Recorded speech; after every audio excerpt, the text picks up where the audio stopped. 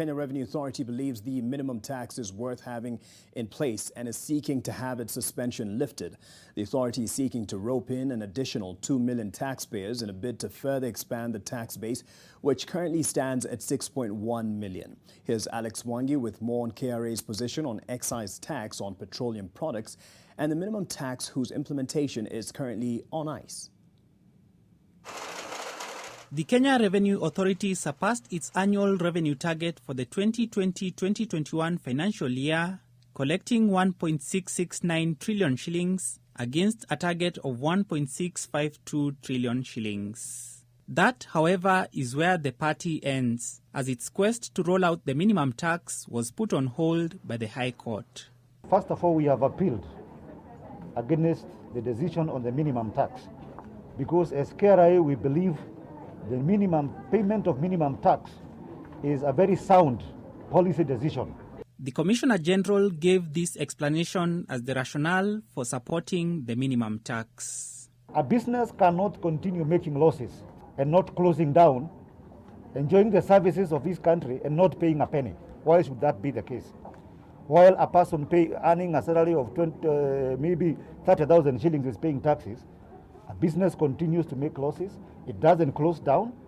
Somebody says it is eating into capital. When you eat into your capital, you close down.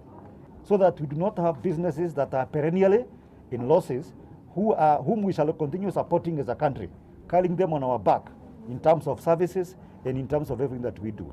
The taxman received a double blow in his efforts to raise more revenue, as last week the High Court suspended the increase of excise duty on petroleum products from taking effect from the 1st of October. The amount we expected from those taxes, I think from excise tax adjustment was about 3.7 billion, and from the minimum tax, it was going well above 20 billion. If we do not implement those two taxes, we are going to significantly dent our fiscal space. As a country, it means that we are not going to be able to fund certain objectives that the government has set out to do.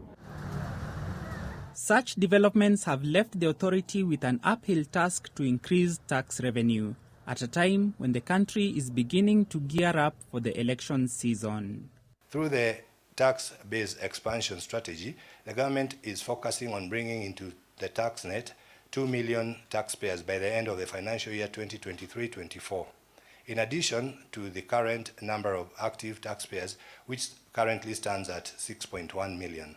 The National Treasury's Chief Administrative Secretary gave this update on the progress of the rollout of the digital service tax. About 58 non-resident companies have already registered for digital tax service and are making self-declaration with a tax contribution of 47.5 million at the end of the financial year 2021. KRA has launched its annual Taxpayers Month. Alex Mwangi, NTV.